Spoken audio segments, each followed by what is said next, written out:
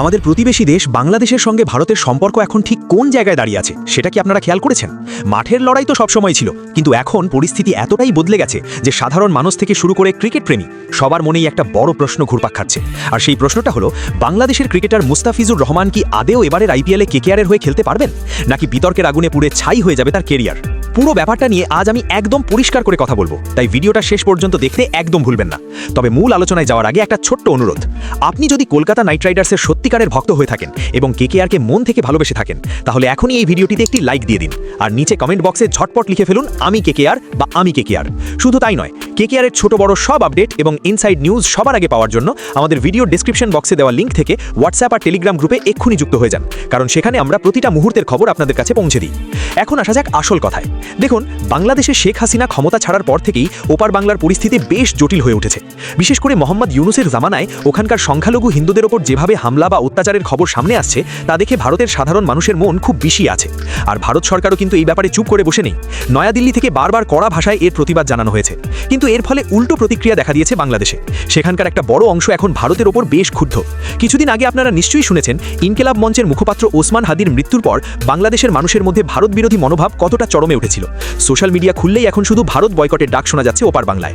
আর ঠিক এই গরম আবহের মাঝেই শুরু হয়েছে ইন্ডিয়ান প্রিমিয়ার লিগ বা আইপিএল নিয়ে এক বিশাল বিতর্ক।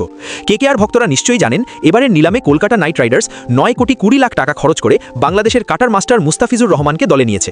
আর ব্যাস, এখান থেকেই ঝামেলার শুরু। আমাদের দেশের ক্রিকেট ভক্তদের একটা বিশাল অংশ এখন চিৎকার করে বলছেন মুস্তাফিজুরকে বয়কট করতে হবে। তাদের দাবি খুব সোজাসাপটা, যে দেশের একদল মানুষ সবসময় ভারতের বিরোধিতা করে, ভারতীয়রা যাতে কষ্টে থাকে সেই প্রার্থনা করে, এমনকি আমাদের নিয়ে আজে বাজে কথা বলতেও দুবার ভাবে না, সেই দেশের কোনো খেলোয়াড়কে আমাদের ঘরের দল কেকেআরে কেন সুযোগ দেওয়া হবে, কেন তাদের কোটি কোটি টাকা দেওয়া হবে? এই ক্ষোভটা কিন্তু এখন দাবানলের মতো ছড়িয়ে পড়েছে। প্রথম দিকে এই ব্যাপারে কলকাতা নাইট রাইডার্স কর্তৃপক্ষ কোনো মন্তব্য করেনি, তবে চারিদিকে যেভাবে মুস্তাফিজুরকে ব্যান করার দাবি উঠছে, তাতে কেকেআর ভক্তদের মনে একটা ভয় দানা বাঁধছিল। ভাবুন তো, দলের অন্যতম প্রধান পেসারকে যদি শেষ পর্যন্ত খেলানোই না যায়, তাহলে কেকেআরের বোলিং লাইনআপের কি হবে? তবে আপনাদের জন্য একটা বড় খবর হলো, এই পরিস্থিতিতে অবশেষে মুখ খুলেছে ভারতীয় ক্রিকেট বোর্ড বা বিসিসিআই। বিসিসিআই এর পক্ষ থেকে যে খবরটা পাওয়া যাচ্ছে তা কিন্তু বেশ গুরুত্বপূর্ণ।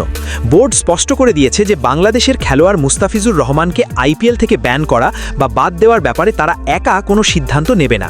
বিসিসিআই পরিষ্কার বলেছে, ভারত সরকার এই ইস্যুতে যে পথ দেখাবে বা যে নীতি গ্রহণ করবে, বোর্ডও ঠিক সেই নিয়ম মেনেই চলবে। অর্থাৎ পুরো বলটা এখন কেন্দ্রীয় সরকারের কোর্টে। সরকার যদি মনে করে বাংলাদেশের সঙ্গে ক্রিকেট সম্পর্ক এই মুহূর্তে রাখা সম্ভব নয়, তবেই হয়তো মুস্তাফিজুরের ওপর কোনো বাধা আসতে পারে।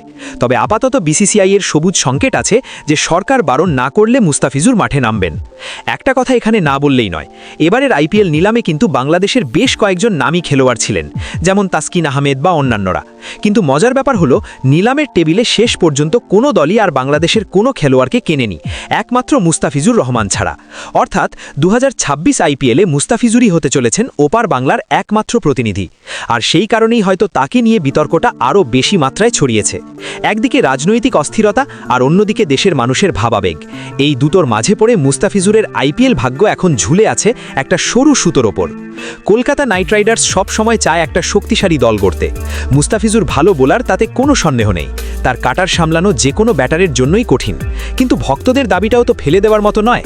দেশের সম্মান সবার আগে। তাই যদি শেষ পর্যন্ত মুস্তাফিজুর কেকেআরের জার্সিতে ইডেনে নামেন, তাহলে পরিস্থিতি কি দাঁড়াবে তা নিয়ে একটা বড় সংশয় থেকেই যাচ্ছে। স্টেডিয়ামে তাকে নিয়ে জয়ধ্বনি উঠবে নাকি বয়কটের পোস্টার দেখা যাবে, সেটা তো সময়ই বলবে।